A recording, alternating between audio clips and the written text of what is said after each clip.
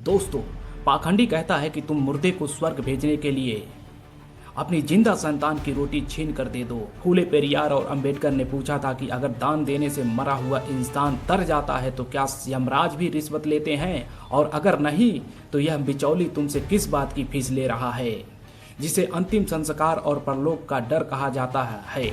यह वह डर है जिसका इस्तेमाल करके पाखंडी एक शोक में डूबे हुए परिवार की आखिरी जमा पूंजी भी छीन लेता है। एक गरीब भाई से पूछो कि भाई, जब तुम घर बनवाते हो तो मिस्त्री को पैसे देते हो क्योंकि वह ईंट जोड़ता है, लेकिन जब कोई मर जाता है तो तुम पंडित को गाय, बिस्तरा और बर्तन दान क्यों देते हो।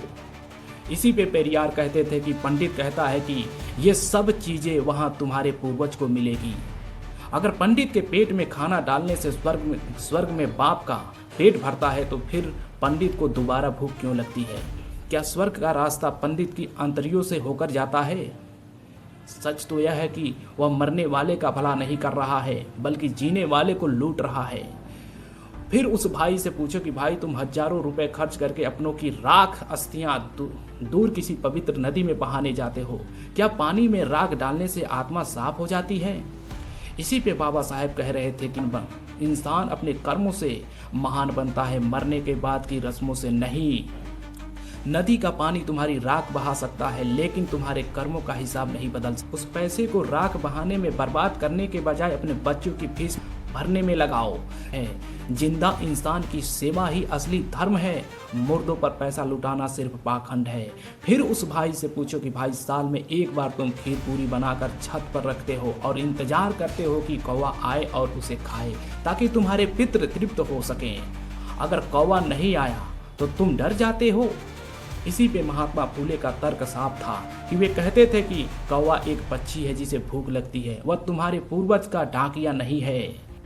अगर तुम्हारे पूर्वज को सच में भूख लगी है तो वे साल में सिर्फ एक बार कौवे के रूप में ही क्यों आते हैं।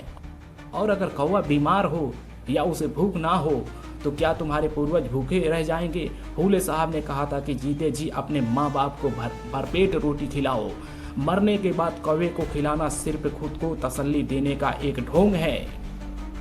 भाई, जिसे तुम परलोक कह रहे हो वह किसी ने नहीं देखा, लेकिन जिसे तुम इलोक यह दुनिया कह रहे हो उसे तुम रोज अपनी आंखों से देख रहे हो। फूले पेरियार और अंबेडकर ने तुम्हें सिखाया है कि मरे हुए की चिता छोड़ो और जिंदा की फिक्र करो।